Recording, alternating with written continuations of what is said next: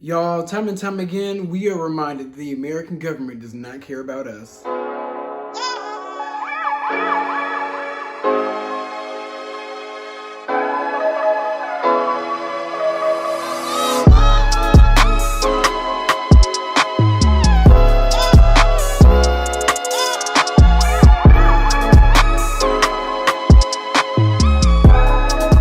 What's up, y'all? It's your boy Beasley here. I hope you guys are all alive out there. I've been gone for a minute, but I'm back with the jump off. So glad to be back into my own space. Y'all, this week was...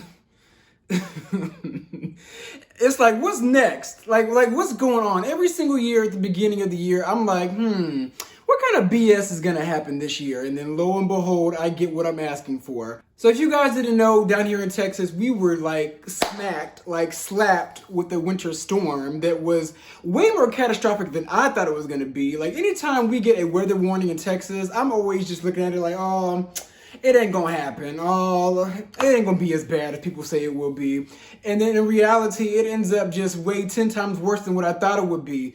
Like, y'all, this whole entire storm just threw off everything. Like, everything in my entire life. It was like a big, colossal storm of shit. And I just cannot believe that everything that took place really transpired in the matter of 2 or 3 days. So let me go and get this out the way. Let me talk about my experience. So as I stated earlier, I did not anticipate that this storm was going to be as catastrophic as it was. So it all kind of started on Sunday. Everything was a little chaotic. People were panic buying. Gas stations were either closed or filled to capacity with people in line trying to get it.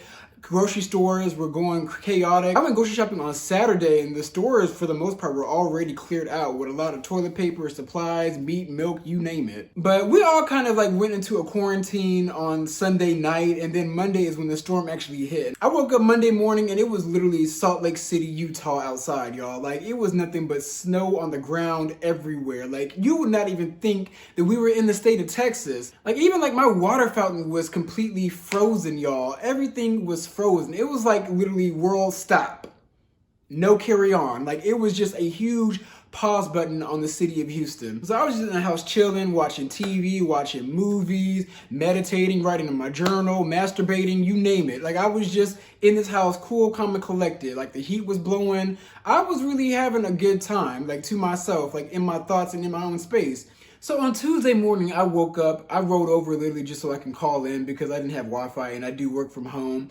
And then I went right back to sleep. And this was like around like 7 o'clock. So I woke back up at like 10 a.m. and I noticed that my fan wasn't moving. So I got up and I'm just like, oh damn, the power's off. So I legit had no power, no internet, and barely any cell phone reception. So after having really like nothing to do, I was really just sitting around meditating for a little bit. But then the temperature started to drop. And drop and drop and drop. And all of a sudden, it was almost like 40 degrees in my apartment, down from the 78 degrees that I was accustomed to. So I was literally just wrapped in blankets, y'all, like just shivering. This may sound a little dramatic because I am kind of a dramatic person, but I was literally in there about to freeze to death. Like I was just in there just all alone. I went outside to see if anybody was there. It looked like my whole entire apartment building evacuated. Like there was legit nothing to do, no running water. And then mind you, my entire place is electric. So I don't have a gas stove that could heat up the place. Like I was legit just left to my own vices and I just had nothing to do. Like I really just was stuck like Chuck. So my aunt who lives 10 minutes away, I had to get in contact with her. And I was talking to my little cousin who was already there, her daughter on the phone. And she was like, yeah, go ahead and come through. Like I'll send you the address. So I got off and then another 30 minutes rolled by. And I still hadn't gotten the address, y'all. So I went ahead and tried to call did not go through. Called again, call did not go through. I tried to call her sister that was there. The call was not going through. I tried to call my aunt. The call was not going through. So I'm just like, oh, damn. I'm really about to be stuck in this house with no electricity, no heat, no water, no Wi-Fi, nothing that can really distract me. And on top of that, no service from T-Mobile. Like Trash Mobile have failed me once again. I've been a loyal customer to T-Mobile for over 10 years and they once again have proved themselves to drop the ball. So I was able to get in touch with my mom, thankfully, and she was able to tell me that my uncle was at the Home Depot. It was literally a minute within walking distance of my apartment. So I got dressed, got packed up, had a duffel bag full of luggage and a big old puffer coat. I went to Home Depot. Mind you, there's like a long line of people waiting to get inside so they can get a backup generator. But y'all, I was literally in that parking lot looking like somebody that just got dropped off from prison with a luggage, just looking for my uncle, and I couldn't even find him. It took me about 30 minutes to get in touch with him. Like, there was no type of self-reception whatsoever. Like, I was legit just out there stuck. So like about a 30 minutes to an hour goes by, and I was able to get in touch with my uncle via my cousin. And mind you, he was at the wrong Home Depot the whole entire time. So I had to walk back to my apartment, literally frozen. My hands and my feet were completely frozen.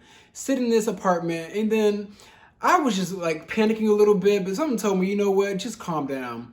So I put my AirPods on. I had some meditation music saved to my playlist, and I just put that in, and I'm just like, you know what, whatever happens, happens.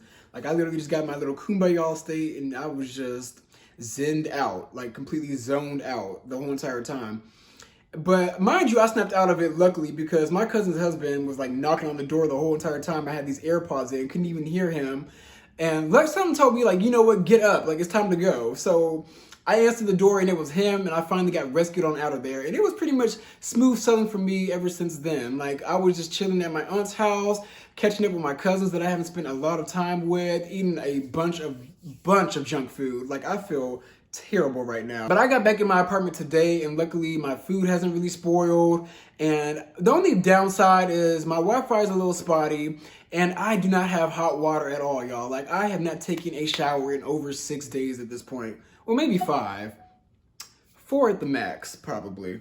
But I smell terrible. Like, the only thing I was able to wash was my face in some cold, ice cold water. But y'all, this situation was completely borderline traumatic. Not even borderline, it was traumatic. This whole entire situation was something that we should have been prepared for, and it shouldn't have happened. But at the same time, you guys have to remember, down in Texas, we are used to dealing with the heat. We've had snow in the past, but it has never been to this level. We have never had this much snow to where Texas literally looked like Denver, Colorado. Like, we are not used to dealing with this, and we are not equipped for this at all. Everybody's pipes have been bursting. People have lost everything due to their pipes bursting. I've seen a lot of random fires. Even this whole entire hotel caught on fire. I don't know how these places were catching on fire, but there was a lot of fire. There was people dying from carbon monoxide poisons. You know, people want to sit in their car to charge their phone and also heat themselves up because they don't have heat. They would sit in their garage and literally get poisoned from the carbon monoxide and just perish from there. Y'all, this whole entire situation, it just felt easily avoidable too. That's what bothers me the most. And it just goes into the fact that our government has once again failed us. Now, there were reports that Greg Abbott said that we did not need FEMA to help us, but I did see that some people were being helped by FEMA. But once again, Greg Abbott is the main person that never shut Houston down throughout this whole entire pandemic. And I personally feel like that this winter storm was our karma for never shutting down, because it was the one thing that got us all to quarantine inside and stay home. I will tell you that. But speaking of the government, y'all, they don't really care about us. And to give you an example of how they truly feel about us, I'm going to talk to you guys about this little niglet by the name of Tim Boyd. Tim Boyd is the mayor of Colorado City, Texas, and he has some choice words to say for everybody that was going through this whole entire situation that we did not have control of whatsoever. So Tim Boyd took to his Twitter fingers and he said, "Let me hurt some feelings while I have a minute. No one owes you or your family anything, nor is it the local government's responsibility to support you during trying times like this. Sink or swim, it's your choice.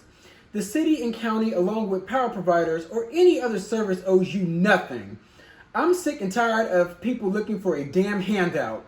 If you don't have electricity, you step up and come up with a game plan to keep your family warm and safe. If you have no water, you deal without and think outside of the box to survive and supply water to your family. If you are sitting at home in the cold because you have no power and are sitting there waiting for someone to come and rescue you because you're lazy, is a direct result of your raising. Only the strong will survive and the weak will perish. Folks, God has given us the tools to support ourselves in times like this. This is sadly a product of socialist government where they feed people to believe that the few will work and others will become dependent for handouts. Am I sorry that you have been dealing without electricity and water? Yes. But I'll be damned if I'm going to provide for anyone that is capable of doing it for themselves. We have lost sight of those in need and those that take advantage of the system and mesh them into one group. Bottom line, quit crying and look for a handout. Get off your ass and take care of your own family. Bottom line, don't be a part, I think he meant to say be, but he's ignorant and doesn't know how to type properly. Don't be a part of a problem, be a part of the solution.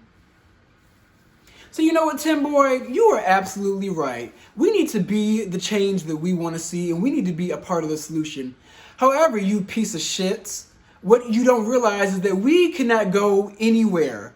Where could we go? We were literally stuck inside with literally our dicks in our hand. We couldn't do anything.